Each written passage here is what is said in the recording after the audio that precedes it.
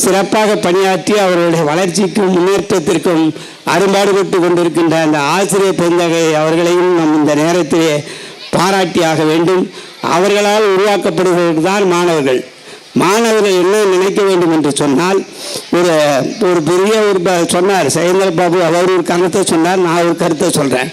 அவர் என்ன சொன்னார்னு சொன்னால், நான் என்ன சொல்கிறேன்னு சொன்னால், மாணவர்கள் ஆரம்ப காலத்திலே நான் என்னதை படிக்க போகிறேன், ஐபிஎஸ் படிப்பேன், ஐஏஎஸ் படிப்பேன், இல்லை பொறியாளர் ஆகுவேன், இல்லை அப்படி இல்லை தமிழகத்தினுடைய முதலமைச்சராக கூட ஆகலாம் அப்படின்னு கூட நினைக்கலாம் அப்படின்னு ஒரு எஸ்டிமேட் போடுவாங்க.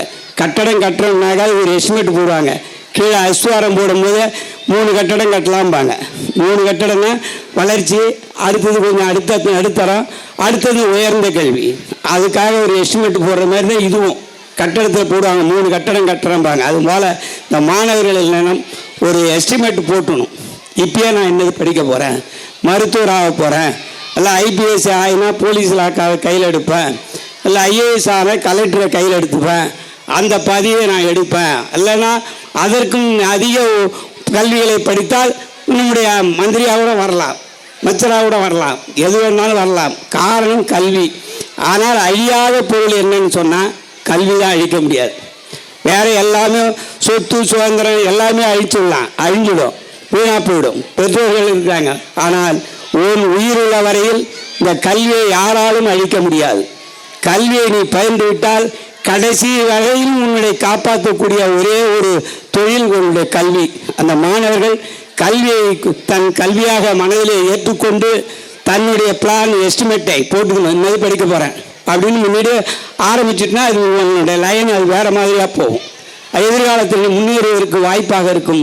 அதை மாணவர்கள் உணர வேண்டும், உணர்ந்து கொண்டிருக்க வேண்டும். தாய்மார்கள் தந்தைகள் தன்னுடைய குழந்தைகளை அனுப்புவதோடு அவருடைய கடமைகள் இருக்கின்றது.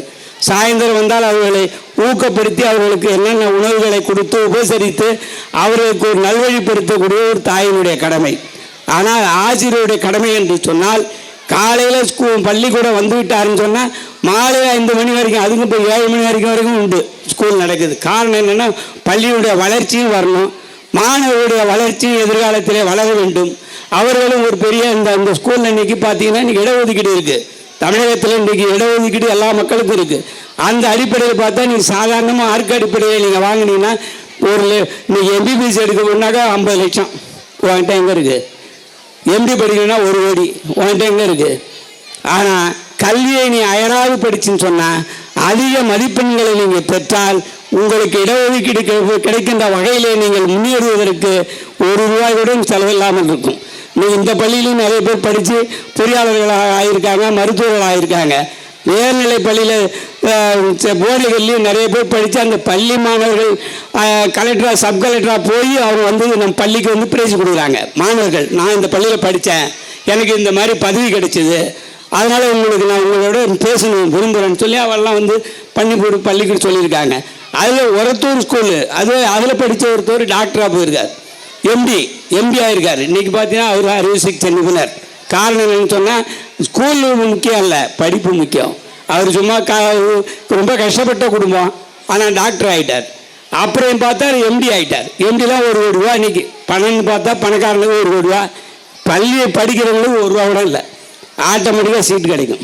அதனால் நம்முடைய தாளாளர்கள் உங்களுக்கு ஏராளமான கருத்துக்களை எல்லாம் சிறப்பாக வழங்கியிருக்கிறார்கள். அவர் துணையாரும் உங்களுக்கு சிறப்பாக இருக்கிறார்கள். நிறுவனர் எங்கள் அம்மா உட்காந்துருக்காங்க. அவங்க இந்த கல்வியினுடைய ஆரம்ப காலத்தில் என்னை எல்லாத்துக்கும் பயன்படுத்துவாங்க. நான் இந்த பள்ளிக்காக உடந்தையாக இருந்தவன். என் பையனும் இங்கே படிச்சிருக்கான். இந்த ஸ்கூலில் படிக்க வச்சு இங்கேயே நான் ஹாஸ்டல் வைங்கன்னு சொல்லி தடுக்க வச்சு கொஞ்ச நாள் ஹாஸ்டல் கூட அவங்க வச்சாங்க என் பையனுக்காக. என் பையன் எங்கள் அண்ணன் பையனுக்காக 2 பேருக்கும் சாப்பாடு போட்டு படிக்க வச்சாங்க. ஆனால் இன்றைக்கி அவன் வெளிநாட்டில் இருக்கான், எம்இ படிச்சிருக்கான், வெளிநாட்டு போட்டான். பையன் பிபிடி படிச்சிருக்காங்க, அண்ணன் பையன் அவன் ஒரு லைனில் இருக்கான்.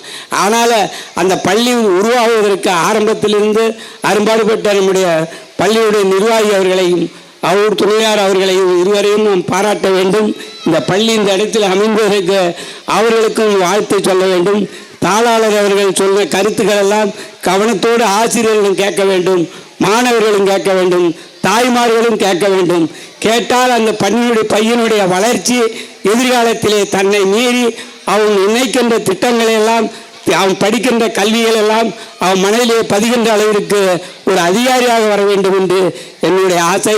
அந்த நேரத்திலே நம்ம பள்ளிக்கு பெருமை சேர்க்கின்ற வகையிலே நீங்கள் எல்லோரும் மாணவ மாணவிகள் எல்லாம் சிறப்பாக நீங்கள் கல்வியை பயின்று பள்ளிக்கும் பெருமை சேர்க்க வேண்டும், உங்கள் குடும்பத்திற்கும் பெருமை சேர்க்க வேண்டும், தமிழகத்திற்கு ஒரு ஆளுநராக கூட நீங்கள் வர வேண்டும் என்று என்னுடைய வாழ்த்தை சொல்லி, இங்கு இருக்கின்ற பெரியவர்கள் உடந்தையாக இருந்து அவர்களை பாதுகாக்க வேண்டும்.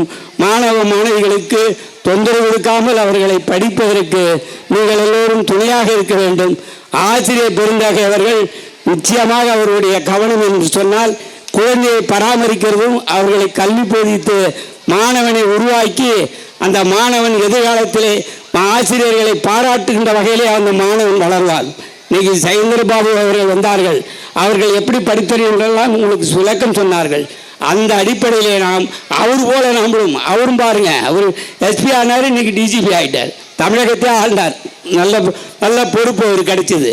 அவரே நம்ம உங்களை பாராட்டுறார், வாழ்த்துறார். அது எவ்வளோ பெருமை. அதெல்லாம் நீங்கள் உணர்ந்து நீங்களும் அந்த லைனில் அந்த வழியிலே வர வேண்டும் என்று உங்களை அன்போடு கேட்டுக்கொண்டு இந்த நிர்வாகத்தை சிறப்பாக நடத்தி நல்ல முறையை மாணவர்களை உயர்த்தி காட்டுவது என்ற தாளாளருடைய வார்த்தையை ரொம்ப மதிப்பிற்கும் மரியாதைக்குரிய அவரை பாராட்டி வாழ்த்துகின்றேன். அவருடைய துணையாளர்களையும் நான் பாராட்டி வாழ்த்துகின்றேன். ஏனென்று சொன்னால் அவர்கள்தான் பெற்றோர்களுக்கு அடுத்தது. பெற்றோர்கள் குழந்தைகளை பெற்றதோட உண்டு. நாட்டினுடைய அடையாளம் காட்டக்கூடியவர்கள் ஆசிரியர்கள், அதை நிர்வகிக்கக்கூடிய நிறுவனர்கள். இதுதான் நம்முடைய வாழ்த்து. அந்த வகையை ஆசிரியர் பெருந்தகை அவர்களுக்கும் இந்த பள்ளிக்கு பெருமை சேர்க்க வேண்டும். மாணவர்களும் கல்வியை போதித்து நல்ல உயர்நிலை கல்வியை அடைய வேண்டும் என்று சொல்லி உங்கள் அனைவரையும் வாழ்த்தி மகிழ்கின்றேன். நன்றி, வணக்கம். Thank you, sir. Thank you for your inspirational and motivational words.